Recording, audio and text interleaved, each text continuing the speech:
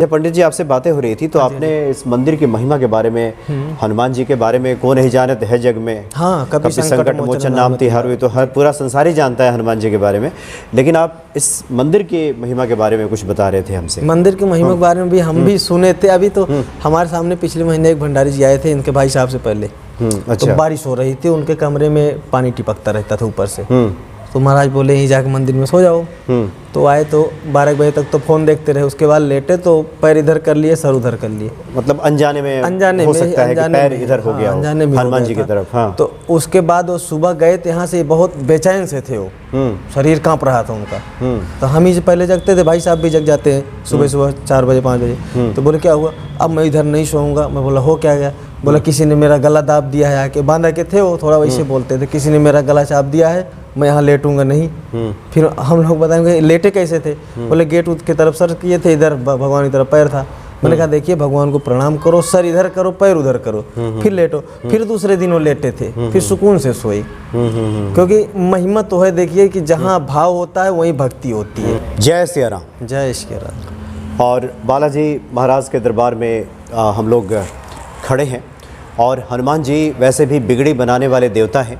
हनुमान चालीसा में तुलसीदास जी ने लिखा भी है कि सब पर राम तपस्वी राजा, तिनके काज सकल तुम साजा। यानी कि हर कार्य को, भगवान राम के हर एक कार्य को व्यवस्थित कर दिया हनुमान जी ने। हाँ जी। हम बालाजी के दरबार में इस वक्त उपस्थित हैं और हमारे सामने पंडित राजकुमार तिवारी जी उपस्थित हैं। स्वागत है आपका पंडित जी। धन्यवाद। राम राम। राम राम। पंडित जी, चूंकि हम लोग बालाजी के सामने उपस्थित हैं अभी, जी। और ये जो मंदिर अवस्थित है ये इंदिरापुरम का, ये कौन सा एरिया है? शक्तिखंड 3। शक्तिखंड 3 में ये बालाजी का मंदिर यहाँ पे अवस्थित है। पंडित जी, पहले हम जानेंगे खास करके उत्तर भारत के लोग, बहुत सारे लोग, हालांकि अब तो लोग मेहंदीपुर बालाजी जाने लगे हैं, बालाजी के नाम से परिचित हैं। हाँ जी, हाँ जी। हनुमान जी के तो ऐसे सहस्त्र नाम हैं, एक उनमें बालाजी का भी है। हाँ। तो ये बालाजी नाम कैसे पड़ा पंडित जी? बालाजी मेहंदीपुर से उत्पन्न हुआ है बालाजी नाम। ये माता अंजना का दिया हुआ नाम बालाजी का है, जो बालाजी के नाम से लोग जानते हैं। तो भगवान का पंचमुखी नाम का अलग महिमा है। जी। हनुमान जी नाम से अलग महिमा है और बालाजी नाम की अलग महिमा है। बालाजी का मतलब ये होता है जैसे कि बाल्य रूप में भगवान का दर्शन हो। हनुमान जी का बाल्य उस समय बाल्य रूप का होता है। तो माता एक बार अंजना जी पूजन कर रही थी, तो इनको जोरों से भूख लगी हनुमान जी को। तो बार बार यही कह रहे थे माता भोजन दो। तो उन्होंने कहा ऊपर फल लगाए खा ले। तो उसी समय प्रातः काल के सूर्य लालिमा पर थे, भगवान ने छलांग लगाई और सूरज को निकल गए। तो अंधेरा छा गया तीनों लोक में। अंधेरा छाने के बाद फिर जब पूरा धरती पे अंधेरा हो गया, फिर देवताओं के राजा इंद्र होते, सब उनको देवराज भी बोला जाता है। तो इंद्र ने वज्र से उनके ऊपर प्रहार किया, तो जिससे सूर्य भगवान तो निकले पर उनके प्रहार से उनकी ये मुख टेढ़ा हो गया थोड़ा। तो जहाँ से बजरंगबली और उनका एक नाम है जैसे कि हनुमान जी, ठीक है, ये नाम हुआ। उससे भी पवन देव बहुत कुपित हो गए थे। तो वहाँ पर मेहंदीपुर में माता अंजना ने उनको, हनुमान जी का नाम है बालाजी रखा गया। तो उसी से बाल्य रूप में देखने के लिए, जैसे बालाजी कहने से बाल्य अवस्था को याद आता है, हनुमान जी कहने से बाल्य स्वरूप का ध्यान नहीं रह जाता, वो ध्यान केवल बालाजी से ही आता है। और इसे चूंकि हनुमान जी का ये बाल्य रूप है, और वैसे भी हनुमान जी तो भगवान शिव का अवतार ही है, भोले भंडारी भगवान शिव, और बाल रूप में, तो इसलिए शीघ्र प्रसन्न हो जाते हैं, समस्त मनोकामनाएं पूर्ण, जी, समस्त मनोकामनाएं पूर्ण कर देते हैं। पंडित जी, हम आपसे हनुमान जी को शीघ्र प्रसन्न करने के उपाय जानेंगे, क्योंकि भक्तों का एक सवाल होता है कि हम हनुमान जी की पूजा कैसे करें और कैसे शीघ्र प्रसन्न करें। लेकिन उससे पहले कुछ हम आपसे आपका कुछ अनुभव जानना चाहेंगे। बालाजी से जुड़ा हुआ कुछ अनुभव आपका हो तो जरा बताइए। बालाजी से जुड़ा हुआ बहुत सारा अनुभव। हनुमान जी को प्रसन्न करने के लिए सबसे पहले तो भगवान श्री राम की भक्ति।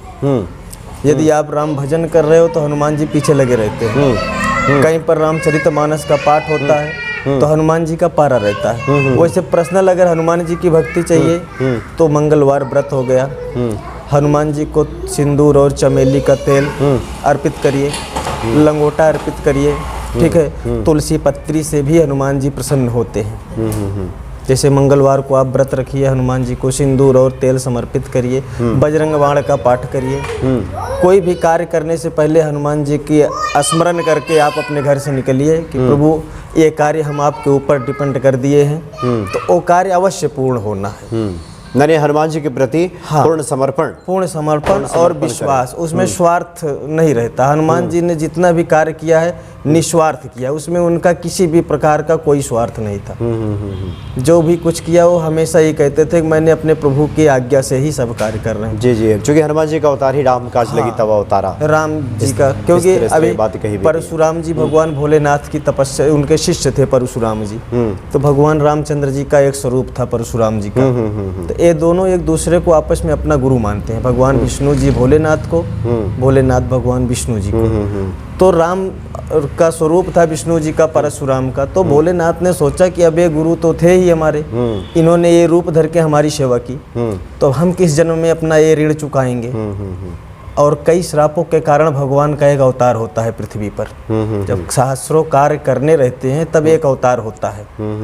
अभी मानव मात्र के उद्धार के लिए ईश्वर का अवतार होता है। बड़े भाग्य के पंडित जी, ये बताएं, जैसे कुछ लोग स्वदेश्य पूजा करना चाहते हो, जैसे संसारिक लोग हैं, बहुत सारे संसारिक जरूरतें हैं, आवश्यकताएं हैं, स्वदेश्य कोई पूजा करना चाहता हो तो एक तो आपने बताया कि मंगलवार का व्रत कर दिया जाए, तो इसका क्या विधान है, किस प्रकार से व्यक्ति मंगलवार का व्रत जैसे आप करते हैं तो सुबह स्नान करिए, उसके बाद स्नान करने के बाद आपके निकट कोई मंदिर हो हनुमान जी का, तो मंदिर में जाइए। यदि मंदिर नहीं है तो घर में ही हनुमान जी की तस्वीर हो, तस्वीर को रखकर थोड़ा सिंदूर घोल बना ले, थोड़ा चरणों में माथे पर सिंदूर लगावें और उसके बाद घी के दीपक जलावें, 2 बूंदी का लड्डू हनुमान जी को अर्पित करें, लाल फूल हो तो फूल की माला चढ़ाएं, तुलसी पत्री, उसके बाद हनुमान चालीसा और बजरंग बाण पाठ से शुरुआत करते हैं। फिर दिन भर व्रत रख के सूर्यास्त के बाद एक अन्न ले सकते हैं आप, मीठा भोजन हो, दूध रोटी हो या गुड़ रोटी हो, एक अन्न सूर्यास्त के उपरांत आप इस व्रत में ले सकते हैं। यदि मतलब सूर्यास्त के बाद हनुमान जी की पूजा करें, हाँ, और उसके बाद कोई एक अन्न पूजन तो सुबह करना पड़ेगा। अच्छा, सुबह, और सूर्यास्त के बाद आरती करने के बाद आप उस व्रत को विराम दे सकते हैं कि सूर्यास्त के बाद आप भोजन ग्रहण कर सकते हो, एक अन्न रहेगा उसमें, डबल नहीं, चावल रोटी नहीं,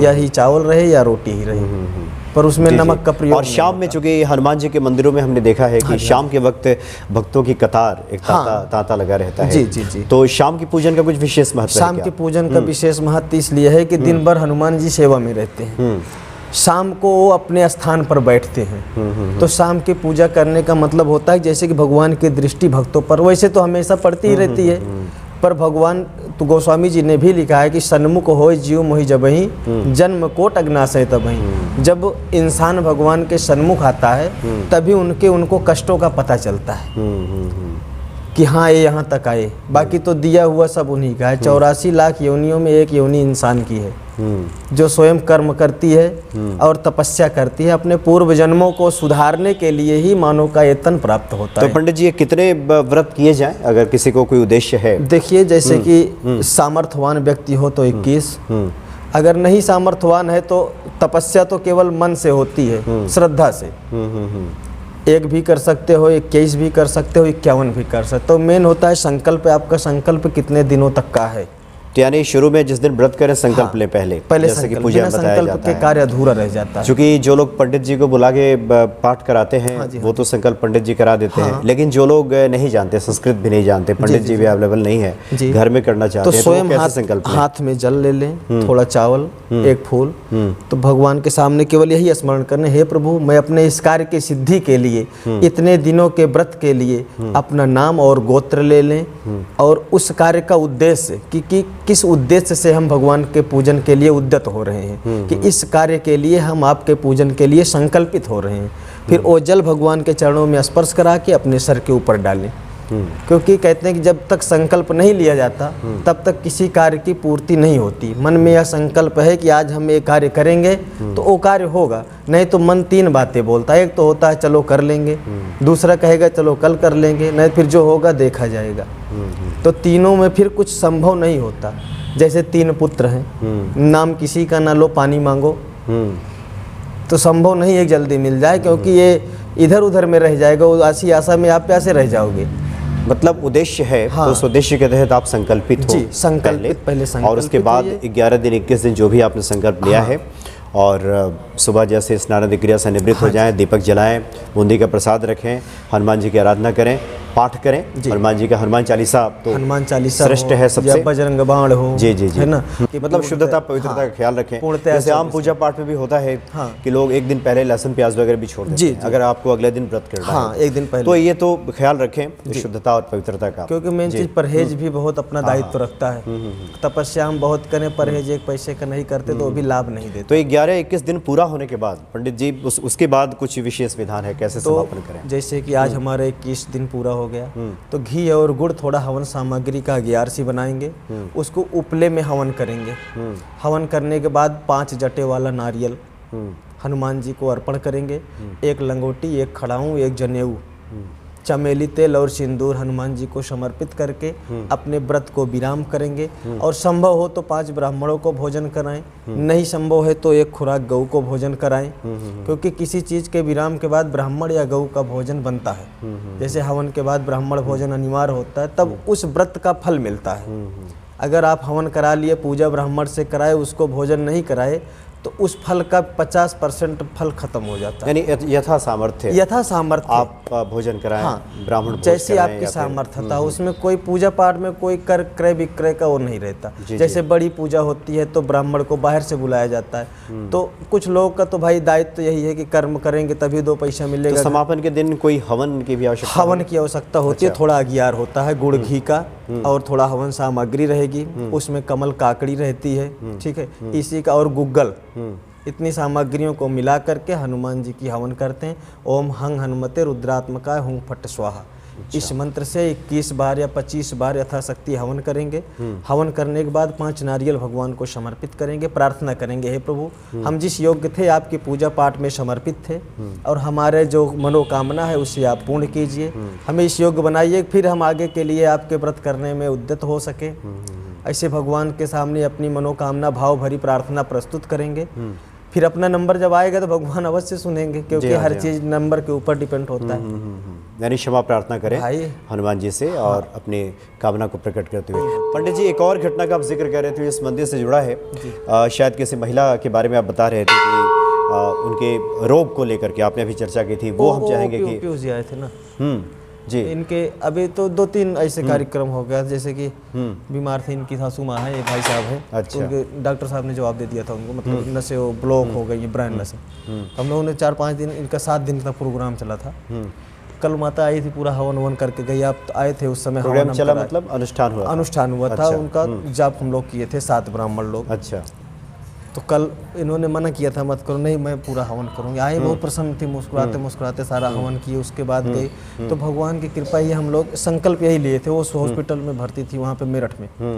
तो कल ये लोग 9:30 बजे उनको लेकर आए, तो इधर आए थे 10:15 बजे से हवन प्रारंभ हुआ था हमारा। हवन छोटा ही था क्योंकि उनका ज़्यादा शक्ति नहीं थी बैठने, लेकिन फिर भी आधा 1 घंटा जब तक चला तब तक वो बैठे। बहुत प्रशंसा की हम लोगों की, प्रभु आपकी कृपा है, जब तक माता की जिंदगी हमको इनका क्या था कि अभी हम लोग भी पंचांग में देखे थे, तो उसमें जैसे कि फेरबदल होता है कि कोई चीज़ का दिशा परिवर्तित होती है, जैसे कि उसका विशेष लाभ नहीं था।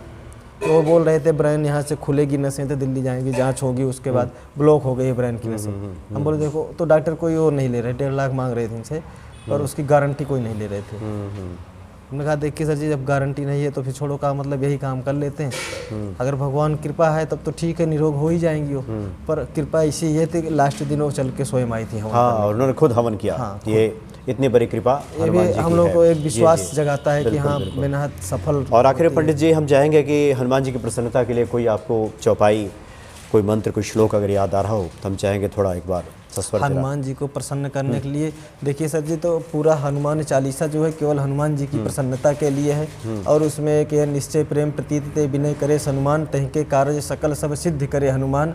तो किसी भी प्रकार एन केन प्रकारेण, आप कहीं सफर में भी हो, कहीं घोर संकट, जैसे कि आपको कोई बाधाएं दिख रही हैं सामने, तब भी अगर झूठे हनुमान जी का नाम याद आ जाता है तो वो बाधाएं वहाँ से मुक्त हो जाती हैं। कहते हैं इसमें हनु हनु हनु हनुमंत हटीले बैरे हिमार वज्र की गीले, गदा वज्र ले बैले मारो महाराज प्रभु दासु बारो। तो किसी भी प्रकार से जिस घर में तस्वीर लगी रहती वहाँ ऊपरी बाधाएं प्रवेश नहीं करती, बशर्ते भाव मेन होता है कि हमारा भाव क्या है, उस भाव का अर्थ क्या होता है, फिर हम किस उद्देश्य से उसको जोड़ रहे हैं। मेन अपना उद्देश्य भी उसमें आ जाता है। तो हमारा उद्देश्य सही है मार्ग सही है और व्यक्तियों की उस पर कृपा है कि किसी का उद्धार है। अभी सत्यनारायण स्वामी के कथा में भी आता है कि परोपकाराय शरीर आया पुण्याय परमात्मने। जो शरीर भगवान के मार्ग में परोपकार के लिए लगती है उसको भगवान स्वयं उसके शरीर की रक्षा करते हैं। पर हित सरिस धर्म नहीं भाई, पर पीड़ा सम नहीं अधमाई। जो दूसरों को, क्योंकि ये देह जो है ये परोपकार के लिए ही भगवान ने इसे जन्म दिया है। क्योंकि 84 लाख योनियों में 83,999 ऐसी योनि है कोई कर्म नहीं करती, सबका पेट भरता है, चैन से सोती है। कर्म केवल इंसान करता है, सारा दिन भड़बड़ाता है, रात में भी चैन से नहीं सोता। जी हाँ जी, बिल्कुल सही कहा आपने। पंडित जी के निश्चय प्रेम प्रतीति थे। हाँ, विनय करे सलमान, तेहि के कार्य सकल शुभ सिद्ध करें हनुमान। यानी हनुमान जी की कृपा से सब संभव है। बहुत बढ़िया आपने जानकारी दी पंडित जी। आगे भी आपसे जब भी मुलाकात होगी हम चाहेंगे कि हनुमान जी को लेकर ऐसे ही आप चर्चा करें, ठीक है, जो कि भक्तों के हृदय में हनुमान जी के प्रति भक्ति को बढ़ाने वाला साबित हो सके। बहुत बहुत धन्यवाद पंडित जी। जय सिया राम। जय श्री राम। जय सिया राम।